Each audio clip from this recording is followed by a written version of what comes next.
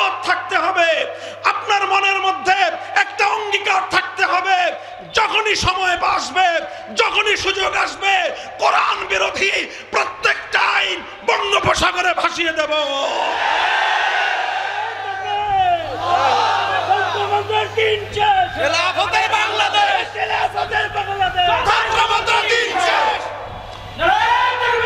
মুহতারাম হাজিরিন, আমি আরেকটা কথা আপনাদেরকে দৃষ্টি আকর্ষণ করে বলি যে দেখেন, ঈমান অত্যন্ত গুরুত্বপূর্ণ একটা বিষয়, ঈমান খুব জরুরি একটা বিষয়। আজ দুঃখ লাগে মুসলমান ঈমানদাররা ঘরে ঘরে মুসলমান পরিচয়, বংশ পরম্পরায় মুসলমান, কিন্তু আমাদের মধ্যে আজ ঈমানের ব্যাপারে চরম গাফলতি, অবহেলা, অসচেতনতা আজকে মুসলমানদের মধ্যে দেখা দিচ্ছে। আল্লাহর কোরআন স্পষ্ট ঘোষণা করে দিয়েছে, আল্লাহর কোরআন ঘোষণা দিয়েছে কোন মুমিন নারীকে, কোন মুসলমান মেয়েকে কোন অমুসলিম পুরুষ বিবাহ করতে পারবে না।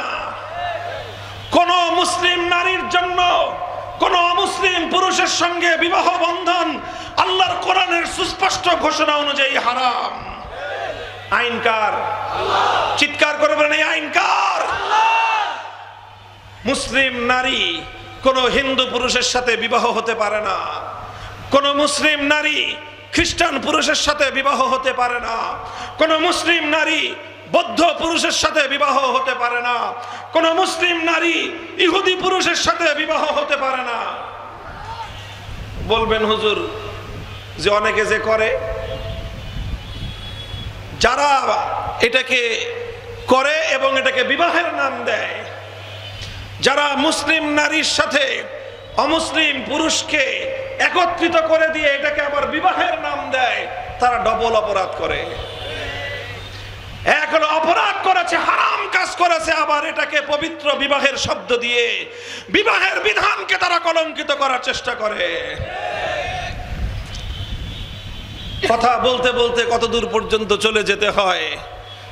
এই সকল বিষয়গুলো আজ মুসলিম সমাজের মধ্যে ধীরে ধীরে মুসলিম সমাজকে ঈমান থেকে আস্তে আস্তে বিচ্যুত করার পায়তারা চালানো হচ্ছে। আমাদের বাংলাদেশের, আপনাদের এই দক্ষিণবঙ্গের, গোটা বাংলাদেশেরই অবিসংবাদিত একজন নেতা, তার একজন নাতিন আছে, নাতিন, দুইটা মেয়ে রেখে তিনি মারা গেছেন।